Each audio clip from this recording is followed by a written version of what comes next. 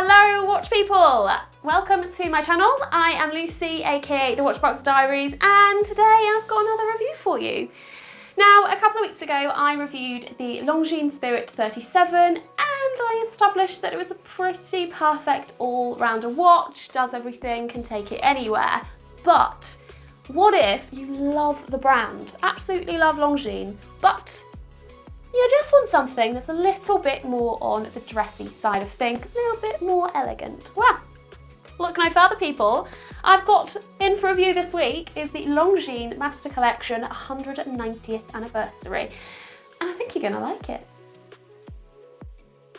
Now, I love a brand with history, I love a watch with history, and the fact that Longines has just celebrated their 190th year is fantastic. It's jam-packed full of history. And I love that to celebrate that milestone, they have brought out an addition to their Master Collection. Now, it's such a nod to the more classic style, I think, especially this range. If you have a look on their website, there's something for everybody on there. It's a fantastically elegant range, but there's also still something for everybody. There's a lot of different sizes, a lot of different colorways, price points, complications, and I do feel like they're very cohesive as well. You can tell they're from the same collection, which is probably pretty difficult to do. With this design, I was super excited that they'd given that nod to the classic styles, and also I was super intrigued by the Sound Blaster dialing. Like, the textures on their renders looked fantastic, so I obviously had to get my hands on one. Looking at the specs on this watch, it is 40mm, but unlike a lot of the Longines releases, these lugs are quite short, so it does wear a lot better. Now, it does only come with 30 meters of water resistance, as I guess with a lot of dress watches, but because it is a dress watch, it is only 9.35mm thick, so it'll slip under a nice cuff perfectly. There is anti-reflective coating on both sides of this sapphire crystal, which may not be for everybody, but it was very, very helpful in trying to take pictures of it. This uses the L888888 movement, which is an in-house caliber and comes with 72 hours of power reserve. My guess is this is not going to be your everyday watch. If it is, totally cool, but 72 hours I think is sufficient for picking it up every so often. The leg width on the strap is 21mm, which is kind of annoying, Longines. Why? And retails for 2,250 Great British pounds. Put your teeth back in. So my favourite bit of reviewing pieces that intrigue me are finding all of the things, the little details that I just love. And I completely fell in love with this dial. I mean, just look at it, it's gorgeous.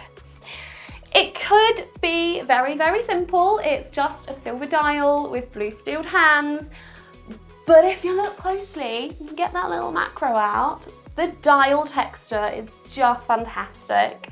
It gives it a little something extra while still being incredibly simple.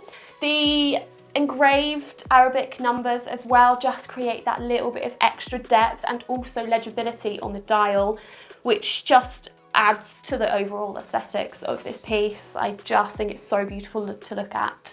And you already know that I'm a big fan of blue steeled hands, so that was always going to be a win for me. Now, if you flip the watch over, you get to see the movement as well, which is just an extra bonus for me. Like, I love being able to see a movement. If it's a really boring movement, maybe less so. But this one is really pretty to look at. I could just sit and watch it for hours, so I appreciate that they've kept that open. I think because I am more of a vintage dressy kind of girl, I don't have a lot of gripes with this watch, if I'm being completely honest. The sizing, I think, could have been different. Size is important, I say it every time.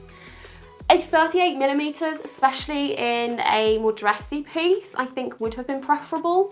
I would still rock it, but I'm not sure other people I think it's limiting the amount of people that will wear this as a dress watch at 40mm. The strap. I don't get loan watches for very long. I didn't have this for a long period of time, so maybe that is the issue, but it was quite uncomfortable to wear. It's very stiff, very difficult to sort of bend. Again, could just be like new shoes, you kind of have to wear it in a little bit. People do say they are the shoes of the watch. So yeah, maybe you do just have to sort of wear them in a little bit. Just be aware if you're getting this watch that the strap is not going to be the most comfortable initially. I didn't find this an issue, but some of you might do. I went for the silver with the blue hands because that is the one that spoke to me the most. But you may find it very boring in a watch.